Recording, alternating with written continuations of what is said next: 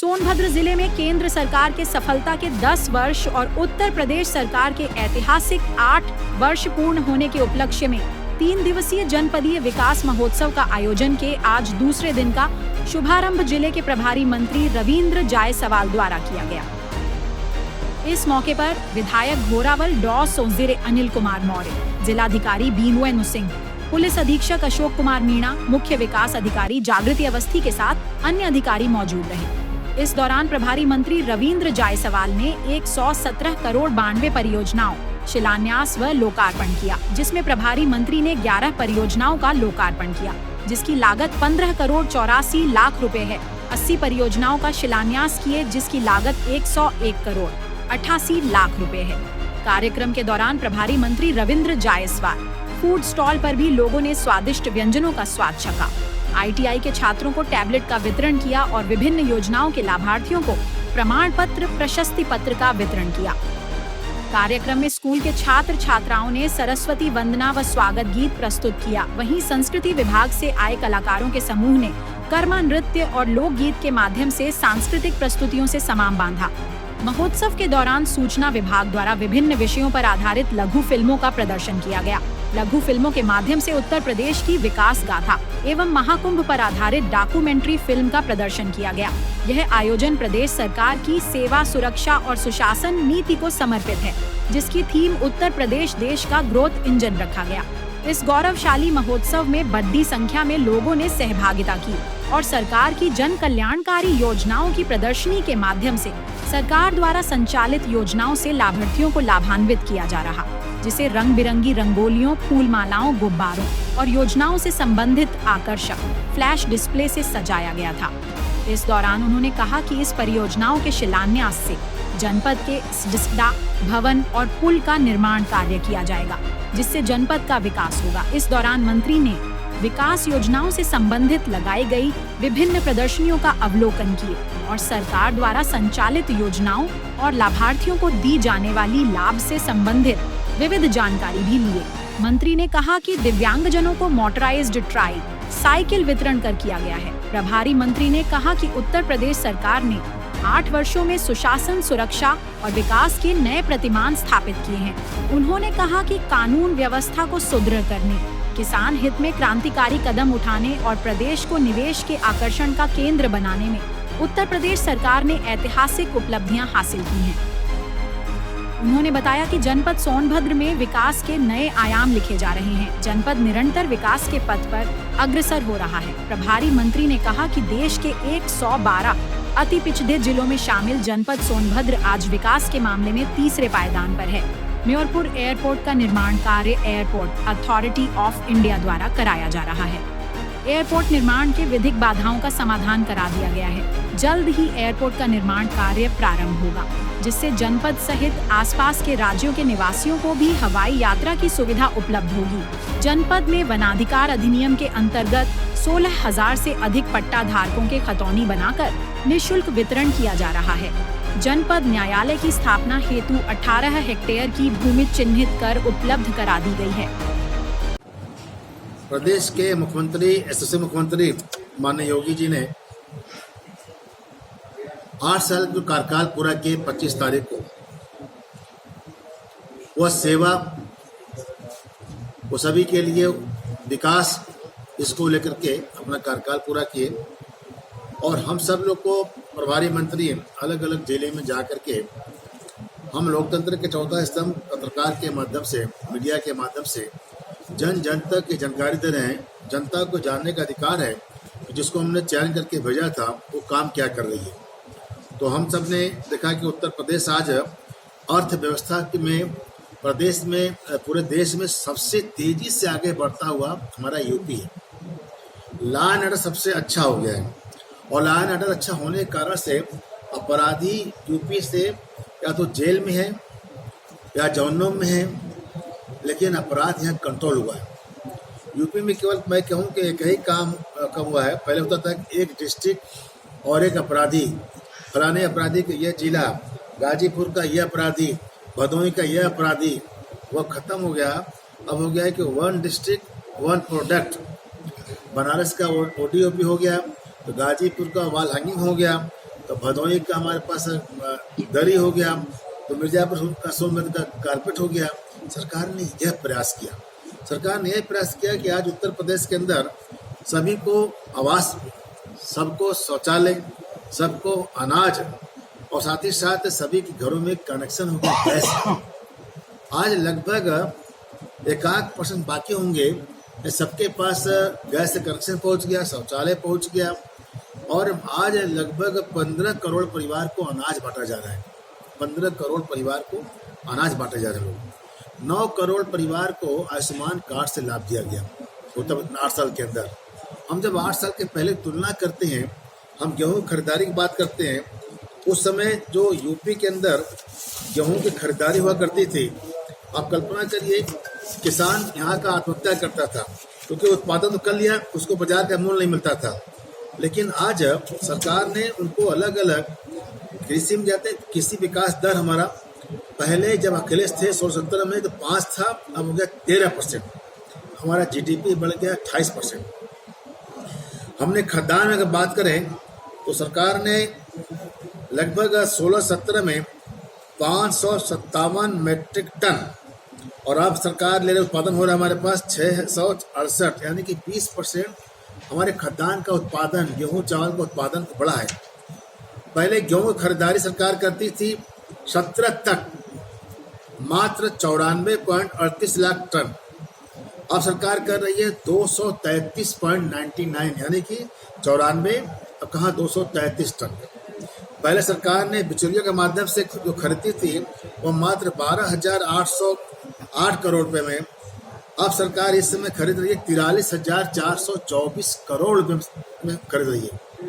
यानी हमने उनसे, उनकी तुलना में दोगुना खरीदारी कर रहे हैं, किसान को जगुना दे रहे हैं और इस कारण किसान यहाँ पर कर रहा है। हम अगर बात करते हैं धान पर, तो धान पर भी हुआ, जब 16-17 था, 17 में जिनका 123.61 लाख टन और 17,000 रुपये की पूरी था खरीदारी। अब सरकार ने 123 की तुलना में कर दिया 456, 4 गुना लगभग यहाँ पर खरीदारी हो रहा धान की। और सरकार ने उसके लिए, इनके पास पूरा खरीदारी था 17,000 का, अब हो रहा 88,746 करोड़ का, 4 गुना खरीदा है, किसानों के राहत है।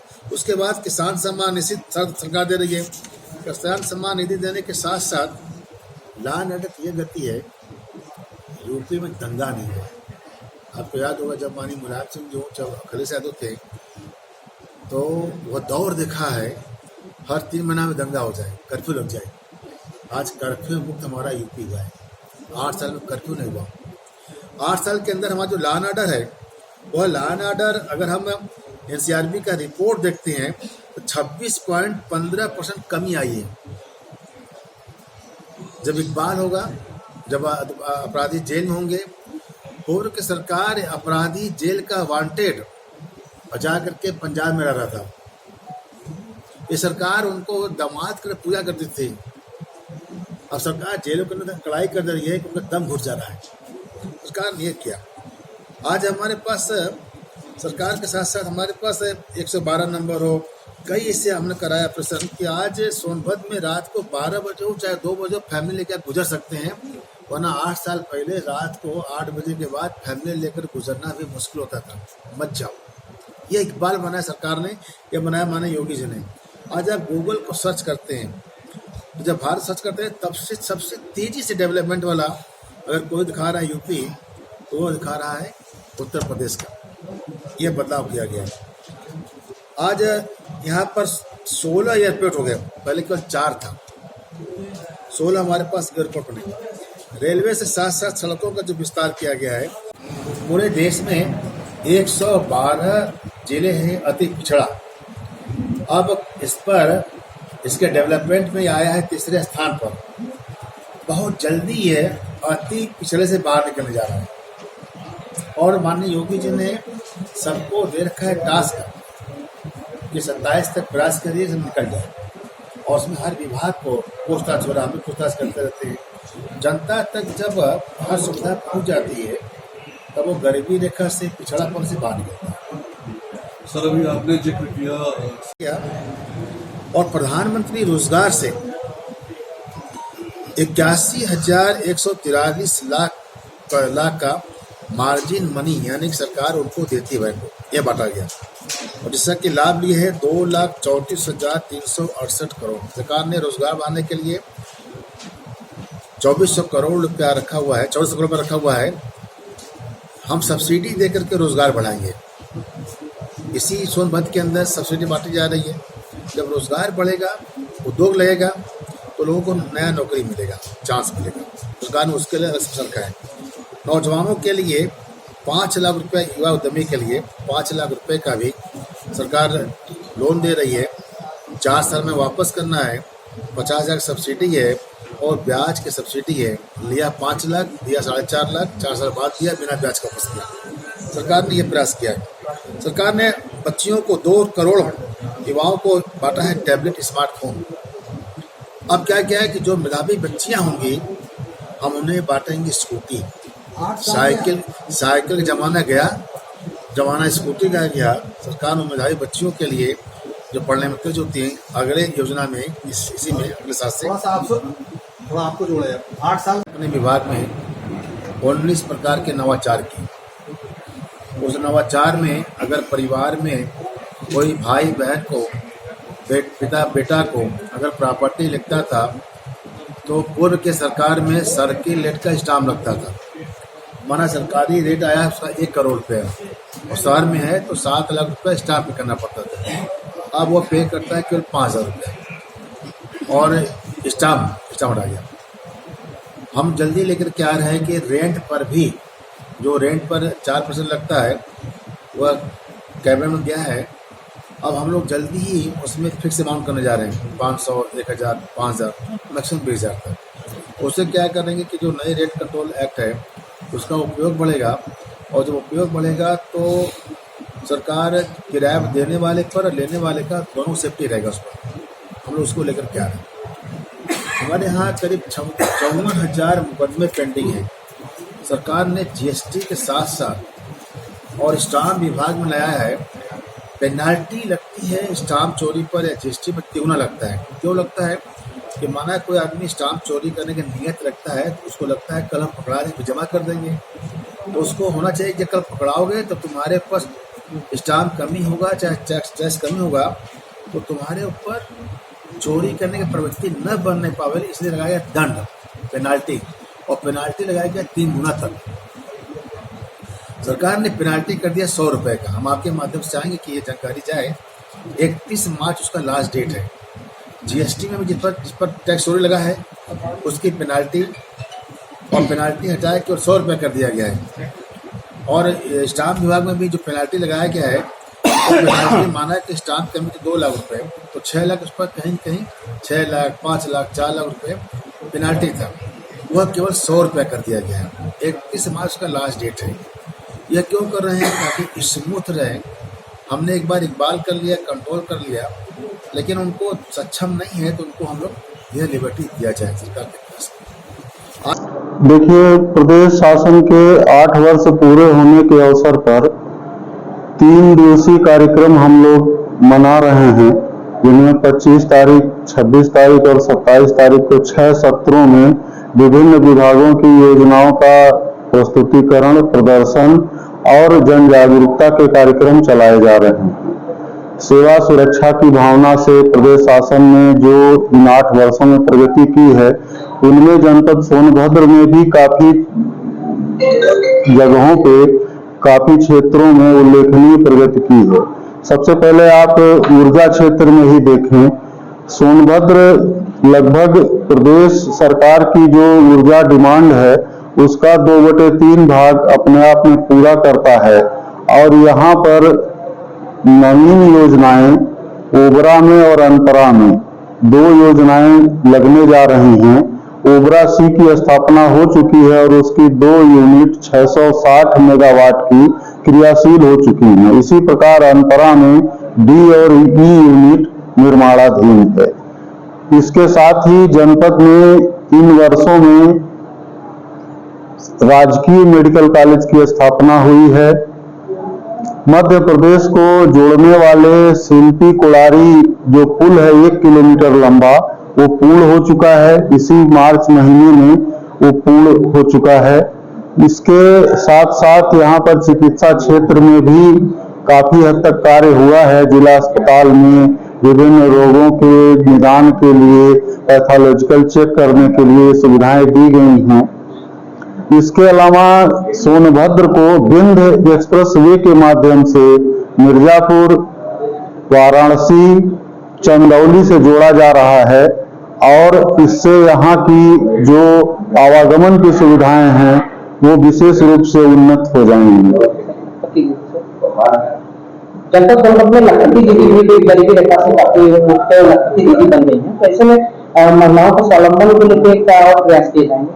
जनपद में जो स्वयं सहायता समूह के माध्यम से महिलाएं कार्य कर रही हैं, इसके अलावा RCT के माध्यम से, कौशल विकास मिशन के माध्यम से और उद्योग विभाग के माध्यम से इनको प्रशिक्षित कराकर इनके जो प्रशिक्षण के ट्रेड हैं उनमें रोजगार उपलब्ध कराया जा रहा है। जैसा आपने कहा, लखपति दीदी ये NRLM के समूह हैं जिनको विशिष्ट कार्यों के लिए प्रशिक्षित किया गया है।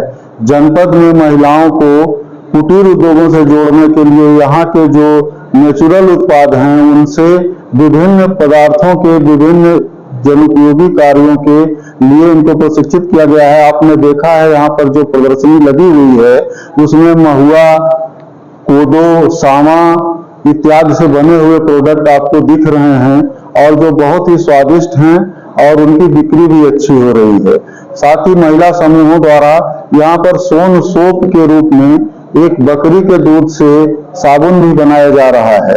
इसके अलावा जो आंगनवाड़ी की महिलाएं हैं उनके द्वारा भी खाद्य पदार्थ इत्यादि की बिक्री की जा रही है।